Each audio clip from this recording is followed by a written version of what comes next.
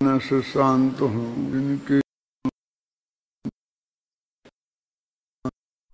जिन विचरे हमारे ध्यान।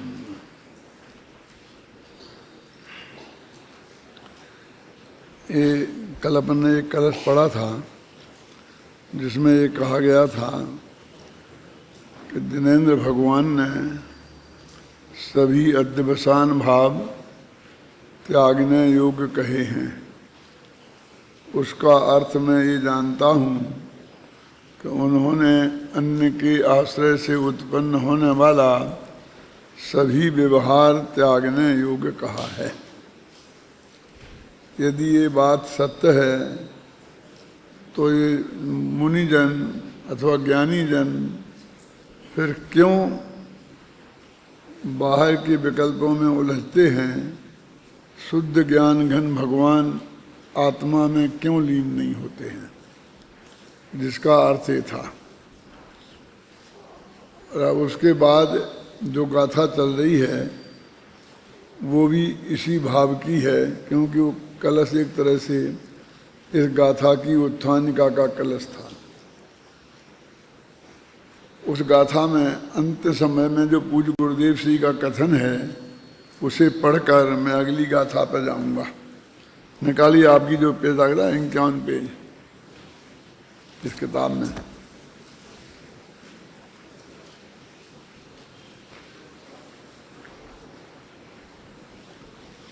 इक्यावन पेज निकाल लिया। सबसे नीचे की 4 पंक्तियां। बापू ये देव मेरे, ये गुरु मेरे, ऐसा अध्यवसाय भी सर्वज्ञ देव ने छोड़ने योग्य कहा है। देखो अब देव सास गुरु पे नंबर आ गया। इससे तो महान जगत में कोई नहीं हो सकता ना। अभी आप शौच धर्म के बारे में सुन रहे थे, उसमें भी ये कहा जा रहा था कि राग तो आग है और सभी राग त्यागने योग्य है। भले ही जगत में पत्नी आदि से माँ बाप का राग को अच्छा कहा जाता हो, लेकिन हम दीक्षा लेते हैं तो सबका एक साथ छोड़ना पड़ता है ना। आखिरकार हमें वीतराग बनना है तो फिर किसी प्रकार के राग का मोह क्यों। अब इसलिए वही बात यहाँ कह रहे हैं कि ये मेरे देव हैं, ये मेरे गुरु हैं। ऐसे अध्यवसान भी सर्वज्ञ देव ने छोड़ने योग्य कहा है। इनको भी छोड़ने योग्य कहा है। अध्यवसान कहो चाहे अध्यवसाय कहो, एक ही बात है। वो तो 8 नाम बताए थे ना, तो उसमें कोई भी एक नाम ले देंगे, है ना। 12 अंग का सार इस कलश में भर दिया है। देखो ये बात जो कही उन्होंने कि ये सारा राग देवसास गुरु के प्रति भी राग त्यागने योग्य है। इसको वे कह रहे कि द्वादशांग का सार है। छड़ला में भी ये पंक्ति आती है ना, द्वादशांग का सार यही है और ये ही जिनवाणी उचरो है। भजन में आती है शायद, है दौलत राम जी कही कि दौल ध्याय अपने आत्म को, है ना। ये 12 अंग का सार इस कलश में भर दिया है। आचार्य देव की गजब शैली है। इस कलश में तो मुक्ति का मार्ग खुल्लम खुल्ला जाहिर कर दिया है। वे कहते हैं कि पर पदार्थ की एकत्व बुद्धि जिस तरह भगवान ने छुड़ाई है,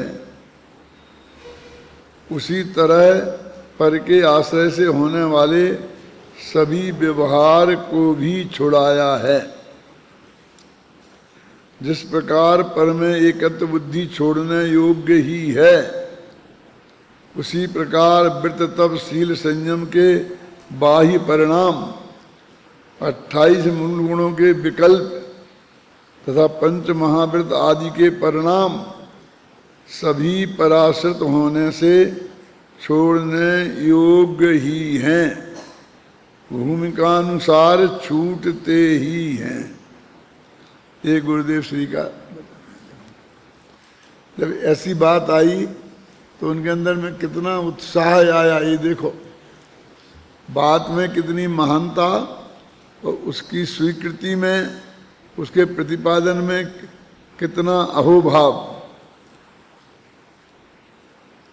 आप देखो, अपनी दृष्टि से विचार करो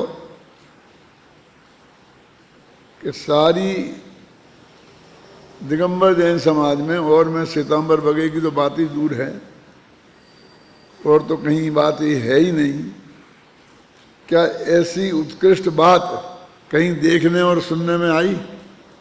एक कलश तो आज का नहीं, 1000 वर्ष पुराना है, और सब लोगों ने इसे पढ़ा भी है।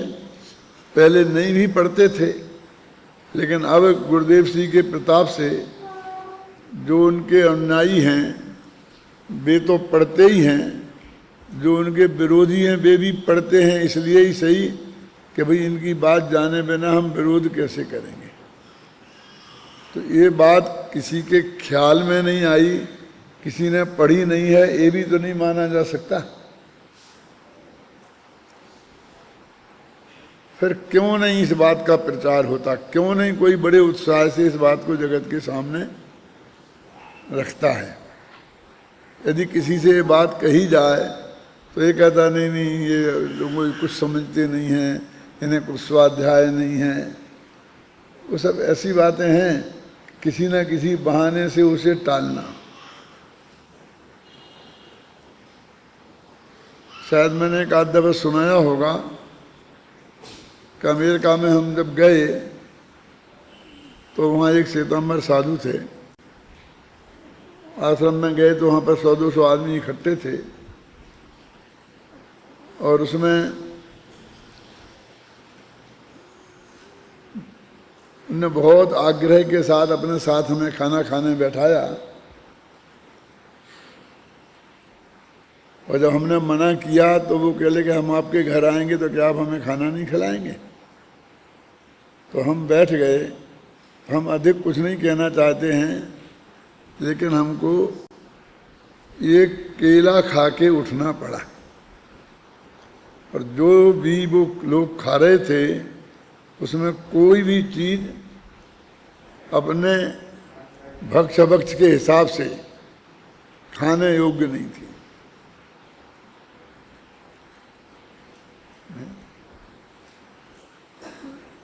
ये देखा, खैर फिर उठे साहब महाराज जी, और वो उन लोगों के लोग सब खाना खा रहे थे, उनके बीच में गए। लोगों ने आके उनके पैर पड़े, उनने पुरुष हों चाहे महिलाएं हों सबकी पीठ ठोकी बहुत अच्छी तरीके से। हम आंखें फाड़ फाड़ के देखते रहे। उनने हमारी तरफ देखा तो वो उनकी समझ में आ गया कि हमको ये बहुत अटपटा लग रहा है।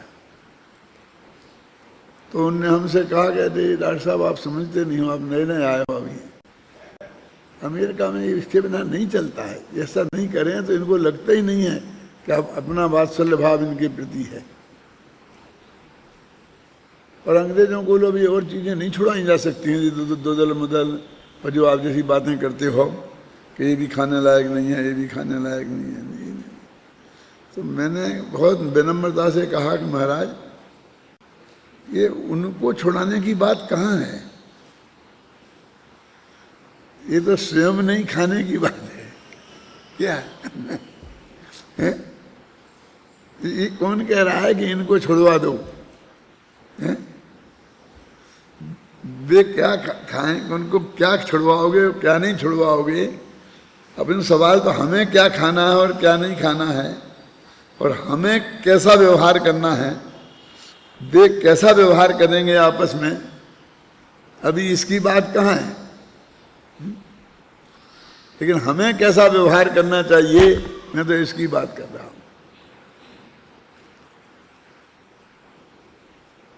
इसलिए उनकी तो कुछ बात करने की जरूरत ही नहीं है, मेरे कहने का मतलब। लेकिन अपने यहाँ दिगंबर समाज में भी पूरब से पश्चिम तक, उत्तर से दक्षिण तक जाकर कहीं भी देखो, कश्मीर से कन्याकुमारी तक, और यहाँ जो भी हो, मैं भावनगर से समझ लो, और वहाँ तक, कहाँ तक, इम्फाल तक, पूरा पश्चिम में कहीं भी चले जाओ, ये बात कहीं सुनने को, देखने को मिलती है तो अपने जैन शास्त्रों में। कुंद कुंद का नाम तो सब लेते हैं, है ना? बोलते कि नहीं बोलते हैं? तो क्यों नहीं है ये? और अपने यहाँ है, और जब ये बात आ रही तो कितने उत्साह के साथ वो इस बात को प्रस्तुत कर रहे हैं पूज्य गुरुदेव श्री। और अपने यहाँ भी अपन लोग, अभी देखो सुबह से शाम तक यही चल रहा है। सुबह 5 बजे से मैं उठता हूँ, सामने घूमता हूँ, पूज्य गुरुदेव श्री का पूरा प्रवचन सुनता हूँ। तो वहाँ से जो शुरू होती है और अभी अब रात के 10 बजे तक एक ही बात चलती है, लेकिन किसी को ऐसा उकता गए, किसी को अरुचि हो गई कि क्या एक ही बात, ऐसा कुछ देखने में आता है? नहीं आता है। सब उत्साह के साथ उस बात को सुनते हैं। देखो इस प्रकार इस कलश में यही कहा गया है कि सभी प्रकार का व्यवहार कथन असत्यार्थ है, और उसके आश्रय से मुक्ति की प्राप्ति नहीं की जा सकती। यद्यपि व्यवहार नए भी परमार्थ का प्रतिपादन करता है और उसकी उपयोगिता भी है। देखो ये जो 12वीं गाथा भी सुबह न चलाना शुरू किया ना शांति जी ने, तो बहुत दिनों तक ये परमार्थ और अपरमार्थ का क्या अर्थ लेना चाहिए, मैं स्वयं बहुत कन्फ्यूजन में रहा। और फिर जब इसका अर्थ लिखा तो बहुत गहरा अध्ययन करके वो 3 प्रकार से परमार्थ और अपरमार्थ का गुणस्थान की परिपाटी के अनुसार, आगम के अनुसार उसे प्रस्तुत किया। लेकिन आज सुबह वो सुनते वक्त मेरे को इतनी सरलता से वो भाव ख्याल में आया कि उसे बताए बिना मैं अपने लोभ को सम्मेलन नहीं कर सकता कि इसमें इतनी बात क्या थी जो अपन को इतने दिनों तक ये विकल्प चलता रहा। परमार्थ है ना, क्या शब्द है उसमें? है परमार्थ ही है ना। तो परम शुद्ध निश्चय नय का विषय वो अर्थ, बस परम माने परम शुद्ध निश्चय नय, इतना लगा लो। परम माने परम भाव ग्राही द्रव्यार्थिक नय, और उसका जो विषय है वो परमार्थ है, और वो त्रिकाली ध्रुव भगवान आत्मा है। तो जो परम भाव में स्थित हैं, कितना क्लियर है, जो परम भाव में स्थित हैं, तो परम भाव तो वो ही है। अपन ने किताब का नाम ही रखा परम भाव प्रकाशक नय चक्र, लिखा क्या नहीं? मतलब परम भाव से अपन अपरिचित तो नहीं थे। तो वो कहते परम भाव में स्थित हैं का सीधा सच्चा अर्थ है कि परम भाव जो त्रिकाली ध्रुव भगवान आत्मा है अपना, उसमें अपनापन होना, उसका नाम सम्यक दर्शन, और उसे अपना जानना, उसका नाम सम्यक ज्ञान, और उसमें ही कम से कम जितना काल भी हम स्थित रह सकें, उसका नाम सम्यक चारित्र। तो ये परम भाव में स्थित माने यही तो हो गया ना कि उसमें हम अपनापन स्थापित करें। अब उनके लिए व्यवहार नए प्रतिपादन करने योग्य नहीं है, ये कहा है उसमें, क्योंकि अब व्यवहार नए का प्रयोजन वहीं तक पहुंचाना था ना।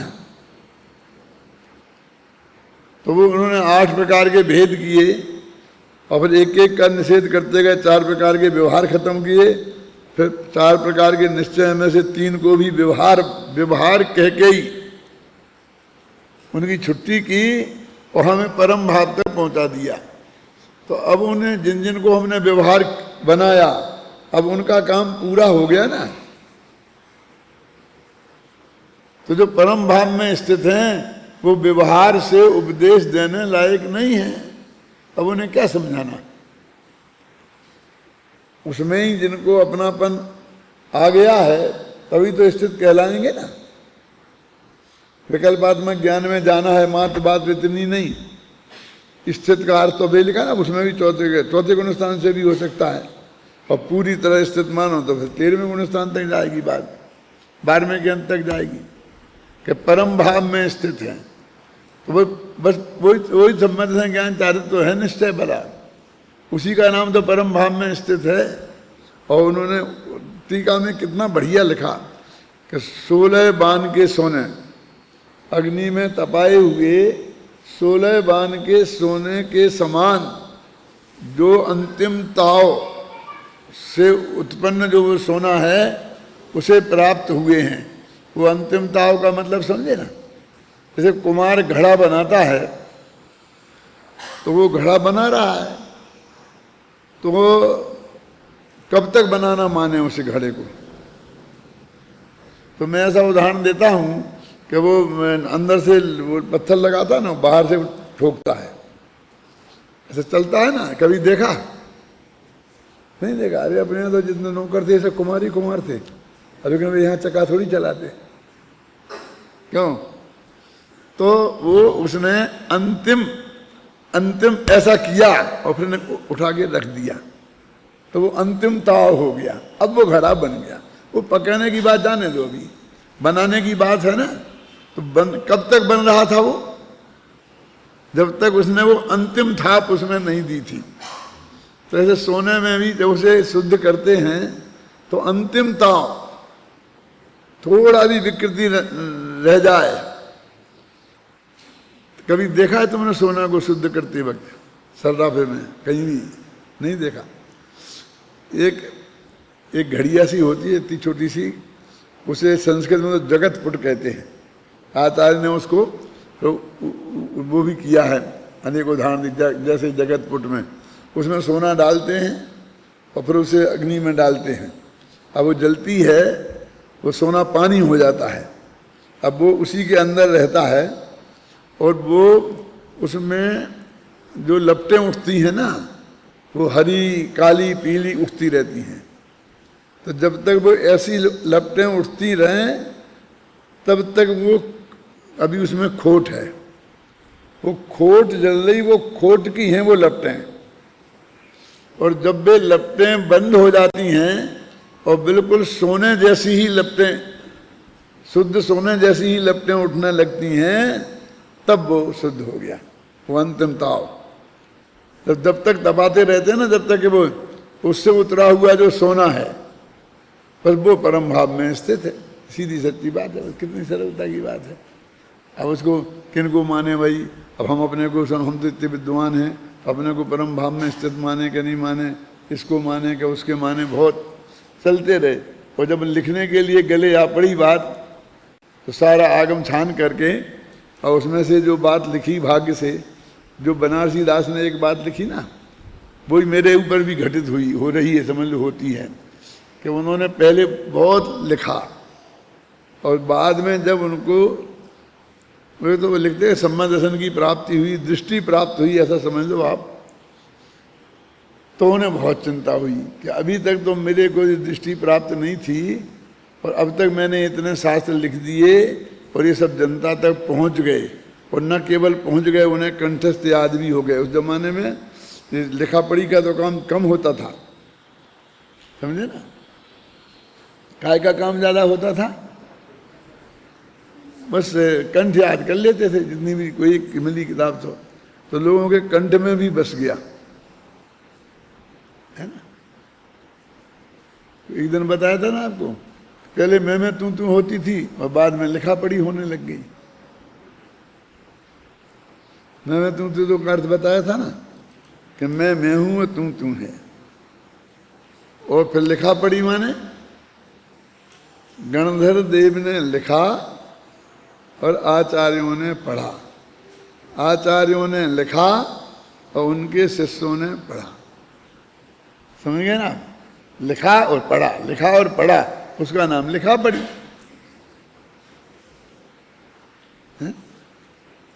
ऐसा विश्वास नहीं है तुम्हें कि नहीं साहब लिखा पढ़ी पक्की हो जाना चाहिए, है ना? बोलते लिखा पढ़ी पक्की हो जाना चाहिए। नहीं तो विश्वास का कोई काम नहीं है। तो वो एक करने के बाद, अपनी बात चल रही थी ना, तो परम भाव में स्थित, कितनी सीधी सरल बात 12वीं गाथा में कह रहे वो, कि जिनने ये बात समझ ली है और एक दफे उसका प्रयोग करके देख लिया, माने अनुभव कर लिया। जैसे आजकल होता है ना, विज्ञान पढ़ाते हैं तो वो जो भी सिद्धांत पढ़ाते हैं और फिर उससे प्रयोगशाला में जाकर उनका प्रयोग करके बताते हैं, और प्रयोग करके जब वो विद्यार्थी से कहते हैं कि अब तुम करो मेरे सामने, और जब वो विद्यार्थी करके बता देता है और बिल्कुल सही आ जाता है 3 बार, तो अब समझते कि तेरी समझ में आ गया। तो इस तरह से जो परम भाव को प्राप्त हो गए, अब उन्हें व्यवहार की जरूरत नहीं। अब वे व्यवहार से दूसरों को समझाएंगे तो जरूरत पड़ेगी, समझे ना। अथवा आगम को आखिर जिंदगी भर वो करना क्या है, अध्ययन तो करना ही है ना, उसी में तो अपने चित्त को लगाना है कि नहीं है। प्रतिक्रमण रोजीना प्रत्याख्यान, तो प्रतिक्रमण प्रत्याख्यान रोजीना कर रहे हैं ना, माने क्या करना है। और देखो आप ये बता आ रहा है ना 24 घंटा, आपको दादागिरी में सुनते हो ना कि वो 24 घंटे प्रतिक्रमण है। तो मैं कहा 24 घंटे वो ध्यान है, नहीं कर रहे, खाते वक्त भी ध्यान है कहते ना। अब उसी को मैं ये कहता हूँ ना कि 2 तरह की आत्मानुभूति होती है, जो मैंने इसमें लिखी अभी, किसमें, रहस्यपूर्ण चिट्ठिका में, कि एक तो वो जो अनुभूति के काल में, तो एक वो जो उसके बाद जो कायम रहती है वो श्रद्धा, वो भी अनुभूति है, 24 घंटा कायम है वो। असली धर्म तो वो है जो 24 घंटा हमारे जीवन में कायम रहे। क्यों, वो कभी कभी वाला तो बहुत अच्छी बात है वो, लेकिन वो कभी कभी हो सकता है। 24 घंटा जो शामिल रहता है, और उसके लिए मैं करुणानी योग का उदाहरण देता हूँ कि बंध की विच्छुत्ति, उदय की विच्छुत्ति, सत्व की विच्छुत्ति सब उसके आधार पर होती है। सारी बंध और अबंध की प्रक्रिया, तुम आत्मा में गए तब ये प्रकृति नहीं बंधेंगी और बाहर आ गए तो बंधेंगी, ऐसा कहीं नहीं बताया।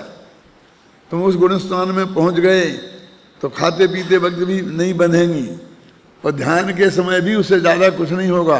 और टोडरमल जी जैसे करुणानी योग के विशेषज्ञ ने तो क्या लिख दिया कि अंदर जाएगा और लौट के बाहर आएगा तो नया रंच मात्र भी कुछ नहीं सीखेगा, ज्ञान में वृद्धि रंच मात्र नहीं होगी। लिखा कि नहीं लिखा? क्या है, माने हमने पूरे जीवन की महिमा नहीं समझी। अभी हम एक वो शुद्ध वो बहुत ही बढ़िया चीज है, उसमें की जितनी महिमा की जाए उतनी कम है, लेकिन जो दूसरी चीज भी है हम उसकी बिल्कुल जीरो ही कर रहे। जब उसकी महिमा भी अनंत है, 24 घंटे की परिणति की। देखो यद्यपि व्यवहार में भी परमार्थ का प्रतिपादन करता है, तो इसी पे से मैं पहुंच गया उस बात पे, और उसकी उपयोगिता भी है। अपन ने बताई सदाचार की दृष्टि से, अहिंसात्मक आचरण की दृष्टि से, तथापि उसकी विषयभूत वस्तु के आश्रय से कर्म नहीं कटते। ये क्या मार्मिक है कि साहब ये तो ठीक है व्यवहार स्त्री पुत्र आदि वाला, लेकिन वो आत्मा में ज्ञान है, दर्शन है, चारित्र है, और इतना हमने कह दिया तो कौन सा पाप कर दिया। अब इसमें हिंसा है कि झूठ है कि चोरी है कि कुशील है कि परिग्रह है कि क्रोध है कि मान है कि माया है कि लोभ है, क्या है, कौन सी कसाय है, कौन सा पाप है? और आप तो कहते उसकी भी छुट्टी कर दो, वो भी व्यवहार त्यागने योग्य है। वो कहते भाई हमारा उससे कोई द्वेष थोड़ी है, लेकिन वो भेद के आश्रय से निर्विकल्प अनुभूति नहीं होती,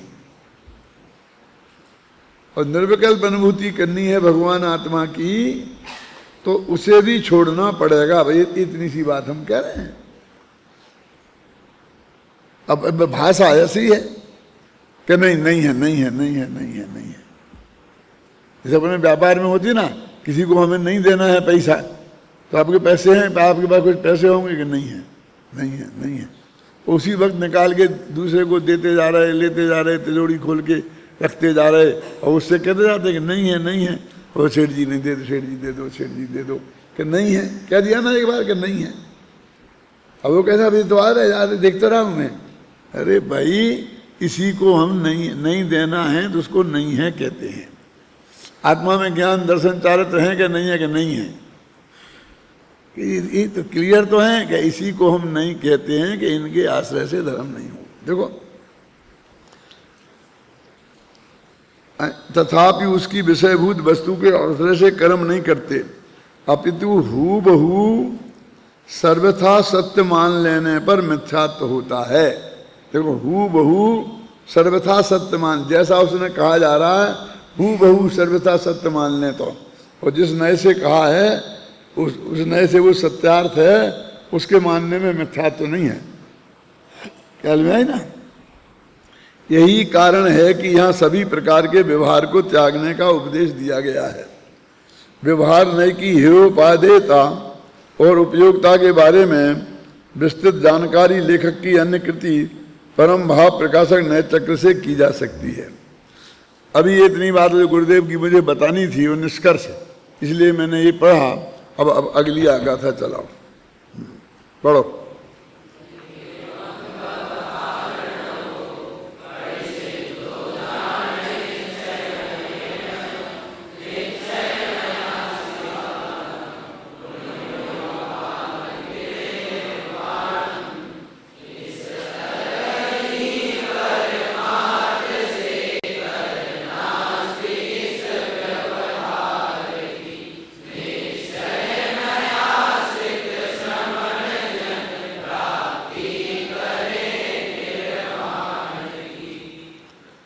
देखो, एवं व्यवहार नयो परिशद्धो जान निश्चय नयिणे। एवं माने इस प्रकार, इस प्रकार माने समय सार की पहली गाथा से लेकर और 271 गाथा तक जो हमने ये सब समझाया है ना। एवं माने इस प्रकार माने जो हमने बात समझाई है, अब उसको हम दोबारा नहीं दोहराएंगे, दोहरा भी नहीं सकते, नहीं फिर वहीं से शुरू हो जाएगी ना बात। ध्यान से कि एवं निश्चय नयेन व्यवहार नयो परिसिद्धो जान, कि निश्चय नय से व्यवहार नय प्रतिसिद्ध निषेध कर दिया गया, ऐसा जानो। बस ये निष्कर्ष का वाक्य है कि इस प्रकार निश्चय नय के द्वारा व्यवहार नय का निषेध कर दिया गया। ऊपर की पंक्ति स्पष्ट है ना, कहीं कोई गड़बड़ दे तो नहीं गया? देखो, और ऐसा क्यों किया? तो कहते हैं निश्चय नया सिद्ध पुण्य मुनिनो पावंती निब्बाणम, क्योंकि निश्चय नय का आश्रय लेने वाले मुनिराजों को निर्वाण की प्राप्ति होती है। अब यहाँ मुनिराज का मुनिराज ही रखना, क्यों कि अपने यहाँ नग्न दिगंबर दशा के बिना मोक्ष नहीं होता ना। मोक्ष के मार्ग में तो ज्ञानी ग्रस्त भी चल रहे। और निश्चय नयाश्रिता, निश्चय नय का आश्रय जिसने लिया है, तो निश्चय नय माने निश्चय नय नहीं, निश्चय नय की विषयभूत वस्तु, उसको भी निश्चय नय कहते हैं, है ना। उसने बताया था ना, ज्ञान घट 3 प्रकार का होता है, रूमाल 3 प्रकार का है, बताया था ना। रूमाल नाम का ज्ञान, रूमाल नाम का पदार्थ और रूमाल नाम का शब्द। ऐसा ऐसे समझ लो क्या कि निश्चय नय और निश्चय नय की विषयभूत वस्तु, उसको भी निश्चय बोलते हैं, है ना। निश्चय, अब देखो, इस तरह ही परमार्थ से कर नास्ति इस व्यवहार की, वही परमार्थ है, परमार्थ में स्थित। परमार्थ से हमने इस व्यवहार की नास्ति की, माने हमने परमार्थ का आश्रय लिया तो व्यवहार छूट गया। देखो, अभी अपने सामायिक बोलते ना, अब उस परमार्थ का आश्रय का सर्वोत्कृष्ट रूप है। अब कोई जाने न जाने, लेकिन जो जानते हैं और वे आत्मा के ध्यान में बैठे, माने सामायिक में बैठे, तो वो तो अपने वो त्रिकाली ध्रुव भगवान आत्मा में ही उपयोग लगाने की कोशिश करते हैं। भले ही एक क्षण को लगा पाए, बाकी समय कोशिश में ही चला जाए,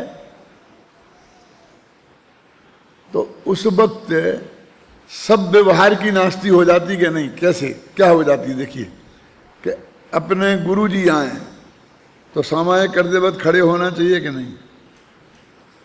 तो गुरु और शिष्य का जो व्यवहार है उसकी नास्ती हो गई कि नहीं?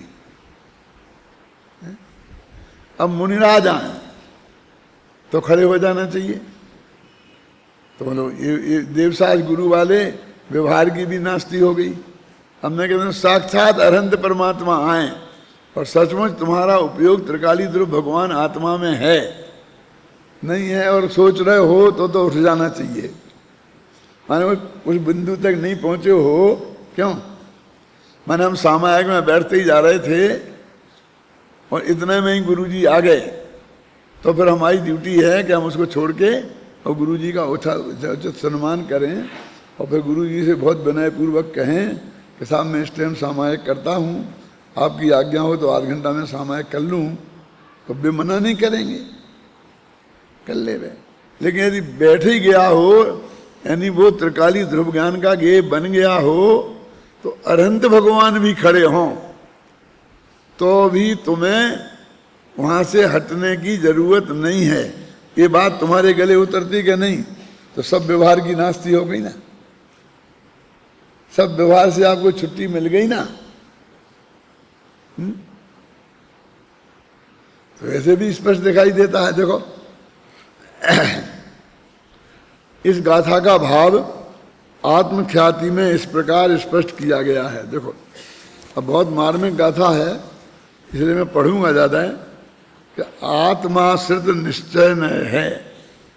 देखो स्वाश्रित शब्द का प्रयोग नहीं करके यहाँ आत्माश्रित शब्द का प्रयोग किया। संस्कृत में भी आत्माश्रित होगा, देखो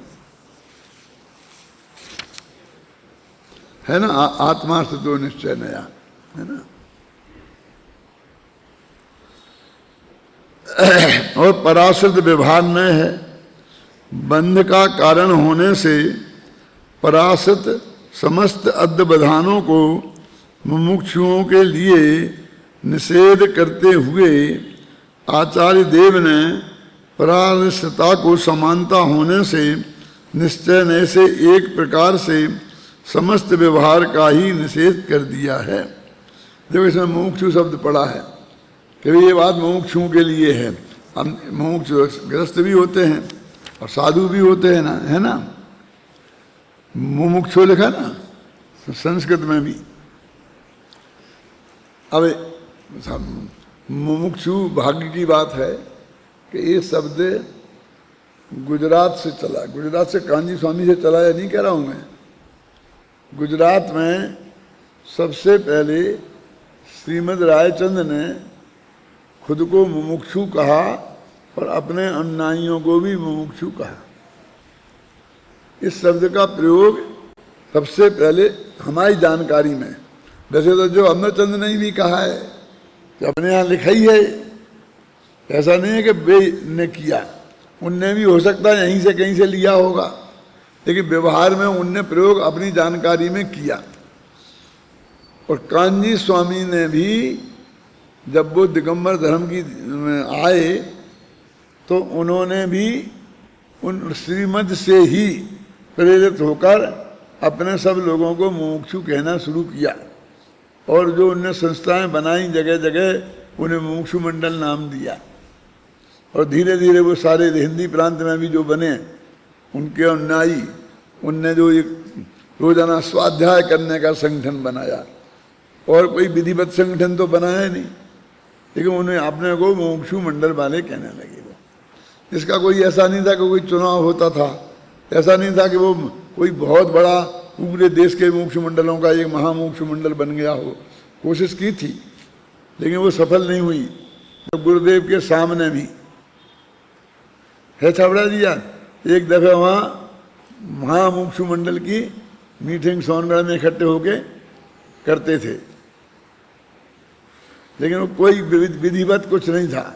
पर जो लोग वहाँ पहुँच गए और वे बैठ गए और वो उसकी मीटिंग हो गई।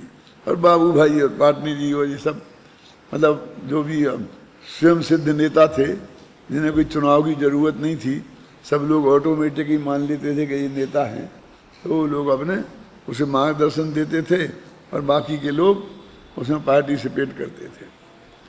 तो ये अब देखो ये मोक्षी शब्द तो कितना पवित्र है, अमृतचंद ने लिखा ना, और कितने विशुद्ध प्रकरण में लिखा, सदबोधकृष्ट प्रकरण में लिखा है। और फिर चूंकि ये कांजी स्वामी के मुख अन्नाइयों ने कहा, इसलिए जो वे महामुमुक्षु थे मुनिराज गण, वो कहने लगे कि ये मूर्ख मंडल है। मोक्ष मंडल माने आपने सुना होगा ना सब जगह है, क्या करें। वो मैंने बताया ना, भाषा विज्ञान का एक नियम है कि वो पवित्र से पवित्र शब्द को सामने वाले द्वेष प्रकट करके इस तरह से प्रयोग करते हैं। अभी और बताऊं गजब, जयपुर में एक श्री मंदिर जिनालय बनाया, तो वहाँ एक महाराज आए तो वो कहे जाओ उस बंदर जिनालय में जाओ।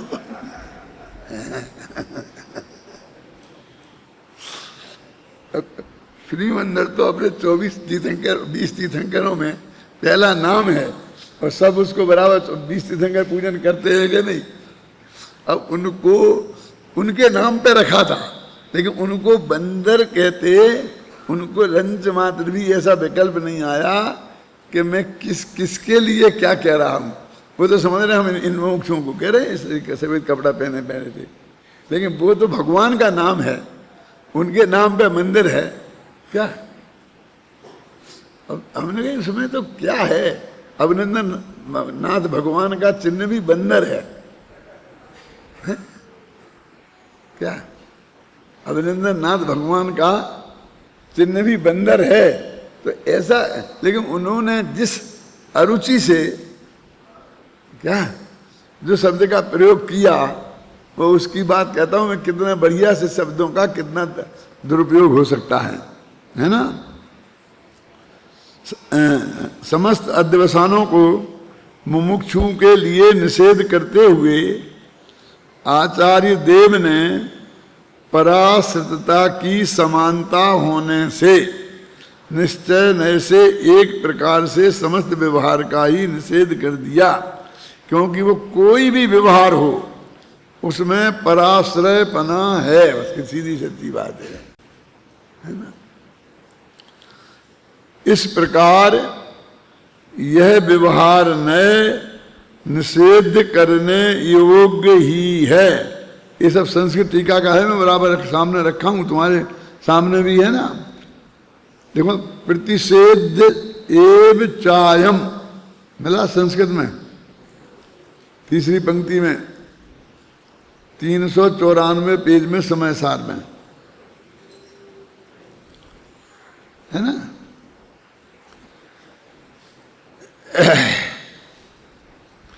इस प्रकार व्यवहार नय का निषेध करने योग्य ही है, क्योंकि मुक्ति तो आत्माश्रित निश्चय नय का आश्रय करने वालों को ही प्राप्त होती है, तथा पराश्रित व्यवहार नय का आश्रय तो एकांतता मुक्त नहीं होने वाला अभव्य भी करता है।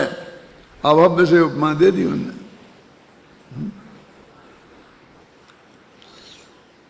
इस बात को पंडित जयचंद जी छाबड़ा भावार्थ में इस प्रकार स्पष्ट करते हैं, सबको मैंने रखा इसमें। आत्मा पर के निमित्त से जो अनेक भाव होते हैं आत्मा के, वे सब व्यवहार नय के विषय हैं, इसलिए व्यवहार नय पराश्रित है।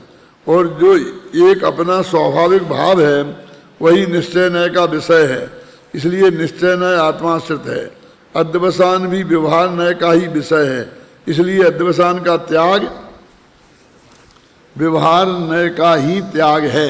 देखो क्या कह रहे कि ये रूमाल मेरा नहीं है ना, ये तो पक्की बात है ना, ये तो परद्रव्य है ना। कहते इसे जो अपना कहे, जैसा ये रूमाल अपना नहीं है तो छोड़ देने लायक है ना, तो जिसे जो अपना कहे वो भी उतना ही छोड़ देने लायक है। समझ आई ना। स्त्री पुत्रादि यदि छोड़ देने लायक है ना, पर द्रव्य यदि, पर धन, पर स्त्री छोड़ देने लायक है क्या? नहीं। तो उन्हें जो अपना कहे वो भी छोड़ देने लायक है। सीधी सच्ची बात है। जो पूर्वोक्त गाथाओं में अध्यवसान के त्याग का उपदेश है वह व्यवहार नय के त्याग का उपदेश है। इस प्रकार निश्चय नय को प्रधान करके व्यवहार नय के त्याग का जो उपदेश किया है उसका कारण यह है कि जो निश्चय नय के आश्रय में प्रवर्तते हैं वे ही कर्मों से मुक्त होते हैं, और जो एकांत से व्यवहार नय के आश्रय में प्रवर्तते हैं वे कर्मों से कभी मुक्त नहीं हो। एकांत से माने जो अपेक्षाएं हैं ना, जिस अपेक्षाओं ने उपादेय कहा है, जिस भूमिका में, वो उसको ध्यान में रखकर। यद्यपि आचार्य जयसेन तात्पर्य वृत्ति में इस गाथा का अर्थ आत्मख्याति के अनुसार ही करते हैं, तथापि किंचे कहकर, किंचे माने क्या होता है न्याय की भाषा में? बताया था ना, ननु माने शंका, तथाई माने उसी को स्पष्ट करते हैं, और किंचे माने दूसरी बात। दूसरी बात यह है,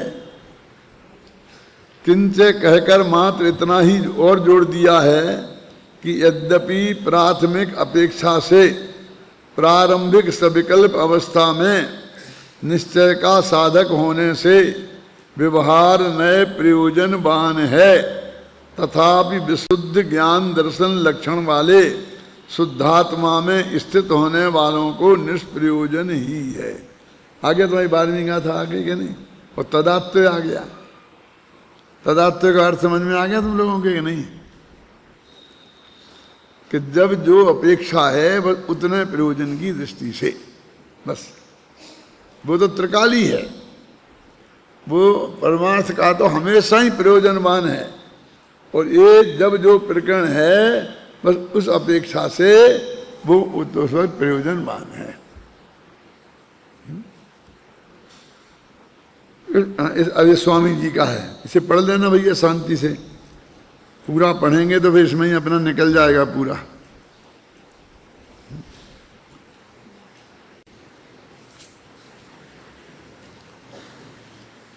यदि इसमें कोई और महत्वपूर्ण बात होगी तो फिर मैं पढ़ूंगा और फिर तुमको कल बता दूंगा, जैसे आज आए देख करके।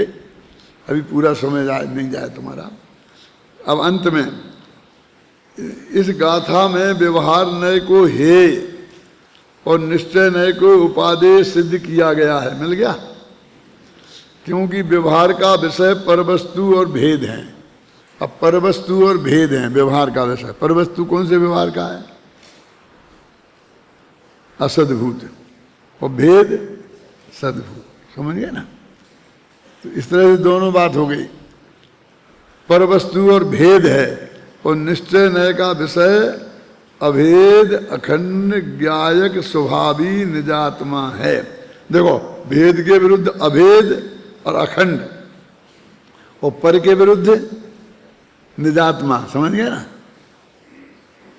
है। व्यवहार को हे बताते हुए एक बात तो यह कही गई है कि पर के आशय से उत्पन्न होने वाले अध्यवसान ही बंध के कारण हैं।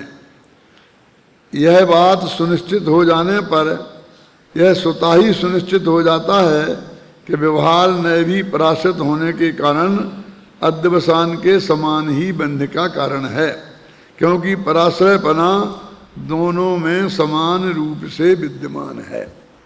वो तुलसीदास कहते हैं ना, पराधीन सपनहु सुख नाही। कितना बढ़िया घटित होता है जी, यदि वो सही बात घटित करें तो। बस तो लोग में ऐसी पराधीनता लेते हैं कि भाई बहुएं लेती हैं कि सास के अधीन रहना, उसमें कभी कोई सुखी नहीं हो सकता है, इसलिए उनके झंझट से छूट नहीं चाहिए। क्यों? बेटा बाप की झंझट से छूटना चाहता है, गुरु शिष्य गुरु की झंझट से छूटना चाहता है। ये अपनी अपनी अपना इतवाई बात नहीं है। ये जितने जो मुनिराज हैं ना, ये सब फटाफट अलग संग बना के, क्यों गुरु जी के साथ जब तैरें तो प्रवचन करने का मौका ही नहीं मिलता। तो साथ में जाके करें क्या? तो जैसे बराबर अलग अलग हो जाते हैं ना, संग बना करके फिर बढ़िया व्याख्यान करने लगते हैं सब, फिर धीरे से चुपचाप आचार्य बन जाते हैं एक आध को दीक्षा देके हैं। वो महाराज भी समझ लेते हैं कि ये तो बन तो जाएगा ही, मैं नहीं बनाऊंगा तो भी बन जाएगा, किसी दूसरे से बन जाएगा तो बना दो, इसमें क्या है। मैंने कहा अभी किसी से भी आप सब लोगों से कि तुम मेरे साथ चलो नागपुर परीक्षण में, कि नहीं साहब हम तो आपके साथ तो नहीं, आपका प्रवचन होगा और हमें हमारा होगा ही नहीं, क्या करेंगे जाके। नहीं नहीं तुम्हारा भी कराएंगे, हम तो एक ही टाइम करते हैं ना, जो तो लोगों को 2-3 टाइम चाहिए ना। ठीक है, फिर वो प्रशंसा तो आप ही आपकी होगी हम तो 2 ही नंबर पर रहेंगे, इसलिए हम तो अलग ही जाएंगे। कोई किसी के आश्रय में नहीं रहना चाहता है ना, अच्छी बात है। तो धर्म का प्रचार तो तभी होगा ना, 500 विद्यार्थी 500 जगह जाएंगे तो धर्म का प्रचार होगा। मैं तो सिर्फ ये सिद्धांत समझाने के लिए कह रहा हूँ, कोई शिकायत आपसे नहीं कह रहा हूँ। मैं जानता हूँ कि अभी मैं एक कहूँ तो कम से कम 25 विद्यार्थी सुबह मेरे पास आ जाएंगे कि दादा हम आपके पास चलने के लिए तैयार हैं, छोटे बड़े सब। मेरे व्यक्तिगत शिकायत नहीं है मेरी, ये तो मैं आपको जनरल बता रहा हूँ कि ऐसी प्रवृत्ति जगत में देखी जाती है। देखो दूसरी बात, पहली बात तो वो है, यह कही है कि निश्चय का आश्रय लेने वाले को ही मुक्ति की प्राप्ति होती है, क्योंकि व्यवहार नए जिन क्रिया कांडों और शुभ भावों को धर्म कहता है वे सब तो अभव्यों के भी हो जाते हैं, होते देखे जाते हैं। ये बहुत क्लियर बात है। उक्त दोनों कारणों से सहज ही सिद्ध हो जाता है कि पराश्रित होने से व्यवहार न हे है और आत्माश्रित होने से निश्चय न उपादेय है। अन्ना जी भी आज आपको समझा रहे थे ना कि इतने गहरी अध्ययन करने के बाद, तुम इतने गहरे विद्वान बनने के बाद और फिर जिंदगी में जय जयनाथ परम गुरु हो, उसमें उलझ के रह जाओ, पूजा पाठ कराने लग जाओ, पंच कल्याण कराने लग जाओ, तो बस कहानी किस्सा सुनाने लग जाओ, तो इससे बड़े अभाग्य की महिमा और क्या हो सकती है। मैं तो एक दफे बीच में ये कहने लग गया था और विचार हो गया था कि जिनका गला अच्छा है उन्हें अपने महाविद्यालय में भर्ती ही मत करो। उनसे प्रेम से कहो गा के बताओ बेटा, और जो बढ़िया गाए कि नच के बताओ, वो बढ़िया नच के बता दे तो उसको सबसे पहले रिजेक्ट कर दो। क्यों? क्योंकि हमें नचैया गवैया थोड़ी तैयार करना है। वो उसका गला अच्छा होता है तो वो उस क्षेत्र में जाए बिना रहता ही नहीं है, और उसका अध्ययन छूटे बिना रहता ही नहीं है। उसे प्रवचन करने भी बैठा दो तो आधे समय तो वो गाता ही रहेगा। हैं? क्या मेरे जवान पे नाम भी आ रहे हैं, लेकिन मैं नाम लेना नहीं चाहता हूँ, ख्याल में ही ना, कि वो अपने अच्छे गले से ही प्रभावित करना चाहते हैं। प्रसंग के बिना प्रसंग के वो कहीं से जो भजन हैं बस उनको कोई विवेक नहीं कि कर्तावाद के पोषक हैं। मैं यहाँ अकर्तावाद की बात कर रहा हूँ, मेरी गाथा है वो अकर्तावाद की पोषक है, ये भजन बोल रहा हूँ ये कर्तावाद का पोषक है। वो कोई अपने विषय को पुष्ट करने के लिए भजन नहीं बोलता, विषय वस्तु को पुष्ट करने के लिए। इसे अपन आता है ना बीच में तो लाख बात की बात यही अपन बोलते कहते हैं, कोटि ग्रंथ को सार यही, तो अपनी बात को पुष्ट करने के लिए बोलते हैं, बोलते ना। वो इसके लिए नहीं बोलता है, बस वो तो उसे बोलने के लिए बोलता है। क्या केवल एक दफे बढ़िया गले का वो समा बांध दे, उसका अध्ययन गहरा नहीं हो पाता है। एक तो वो बीच में ही से फिर इस कामों में जुट जाता है, फिर पंच कल्याण वाले मांग करने लगते हैं, हमारे पास आने लगते हैं, बहुत पीछे पड़ जाते हैं, तो हम भी कहते हैं भाई बेटा चला जा। अब वो जाएगा तो यहाँ पर ये समय सार तो बंद होगा नहीं, नए चक्र तो बंद होगा नहीं, तो कितना बड़ा नुकसान होगा उसको। अभी कैसे समझाएं? भले ही तुमको हमें समय शिखर की जाना है, क्योंकि हमें मम्मी पापा जा रहे, लेकिन मम्मी पापा थोड़ी यहाँ भर्ती हैं। पहले नक्की करो तुम्हारी सब क्लासें बंद हो जाएंगी, फिर शांति जी वो जो गाथाएं यहाँ पढ़ा देंगे वो गाथाएं तुम्हें द्वारा पढ़ाएंगे। नए चक्र की कक्षाएं तुम्हें जो द्वारा चलाएंगे, जो पढ़ा दिया जाएगा, वो बात तुम्हारे लिए सारी जिंदगी के लिए ही रह जाएगी। और वो जरा सी कमजोरी हमें जिंदगी में खा जाती है। आपको मालूम है कि दुर्योधन जब सब हो गए धराशाही, भीष्म पितामह, द्रोणाचार्य, कर्ण, और जब भीम का और दुर्योधन के सामने आमने युद्ध होने की बात आई तो दुर्योधन बहुत घबराया। लेकिन किसी ने ये बताया था कि तेरी माँ आंखों पे पट्टी बांधे रहती है, क्योंकि पिताजी तेरे अंधे हैं, तो माँ कहती है जब मेरे पति अंधे हैं तो मुझे इन आंखों से क्या देखना है, तो उसने पट्टी बांधे रहती थी। सुना तो होगा ना ये। तो उनको आंखों में ऐसी ताकत पैदा हो गई थी कि जिसको वो देख लें तो वो बिल्कुल बहुत मजबूत पत्थर जैसा हो जाता था। तो किसी ने बताया दुर्योधन को कि उसकी माँ को कि तेरी माँ तेरे को देखे तो तुम पत्थर जैसा मजबूत हो जाएगा, लेकिन माँ जब पट्टी खोल के तुझे देखे तो तुम बिल्कुल नग्न होके जाना, दिगंबर, बिल्कुल लंगोटी भी नहीं होना चाहिए शरीर पे, क्योंकि जितने हिस्से को वो देख नहीं पाएगी उतना हिस्सा कमजोर रह जाएगा। सुनी होगी ना ये बात तुमने, है? अब माँ के लिए इसके लिए तैयार किया। अब बेटा माँ के सामने नंगा हो तो उसमें क्या है, और माँ ने तो कितना नंगा उसे देखा है, नहाया धुलाया है, और माँ को भी क्या है और बेटे को भी क्या है, माँ राजी हो गई।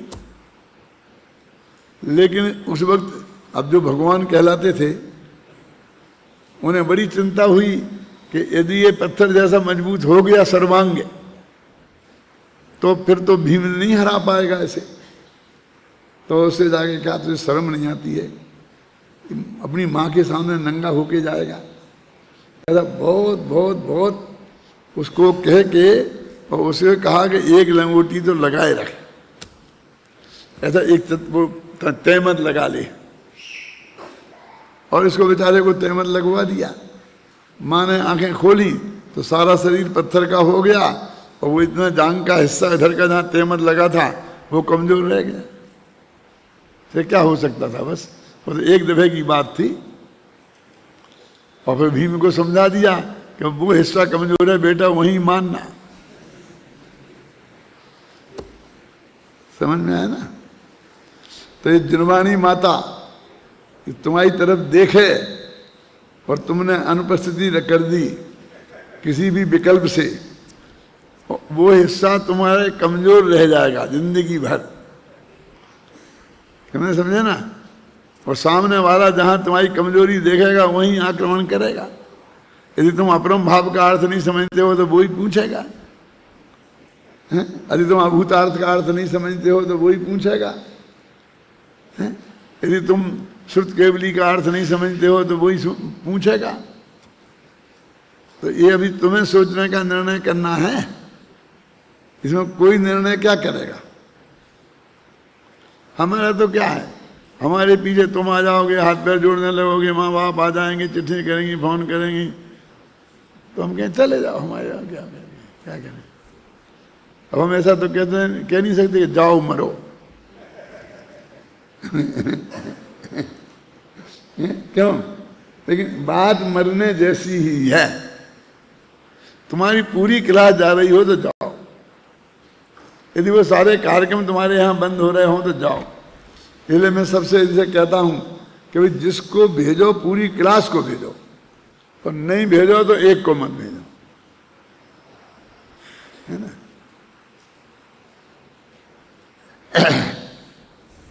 तो इस तरह से ये बहुत मर्म की बातें हैं।